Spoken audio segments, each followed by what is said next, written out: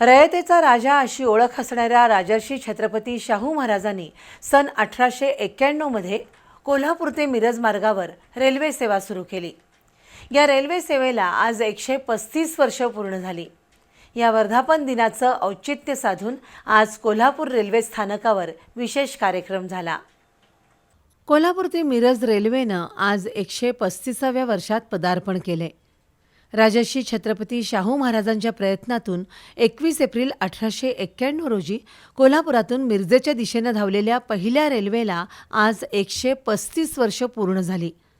या निमित्तानं रेल्वे विभाग, रेल्वे प्रवासी संघटना, रेल्वे सल्लागार समिती, प्रवासी आणि शिवनाथ बियाणी यांच्या पुढाकारातून आज कोल्हापूर रेल्वे स्थानकावर विशेष कार्यक्रम झाला।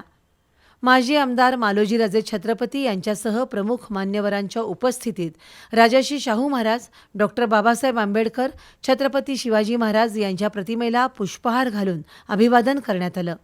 त्यानंतर केक कापून कोल्हापूर रेल्वे स्थानकाचा 135वा वर्धापन दिन साजरा करण्यात आला। कोल्हापूर रेल्वे स्थानकाला शाहू महाराजांचं नाव देण्यात आल्याबद्दल सर्वांनीच समाधान व्यक्त केलं। राजर्षी छत्रपती शाहू महाराजांच्या दूरदृष्टीमुळेच कोल्हापूरची सर्व क्षेत्रात प्रगती होत असल्याचं माजी आमदार मालोजीराजे यांनी सांगितलं। काळानुसार कोल्हापुरातील रेल्वे सेवेचा विस्तार व्हावा, कोल्हापुरातून नव्या रेल्वेगाड्या सुरू व्हाव्यात अशी अपेक्षा मालोजीराजे यांनी व्यक्त केली। तर रेल्वे प्रवासी संघटनेचे सदस्य शिवनाथ बियाणी यांनी आजच्या ऐतिहासिक घटनेचं महत्त्व स्पष्ट करत उपस्थित सर्व मान्यवरांचा सत्कार केला।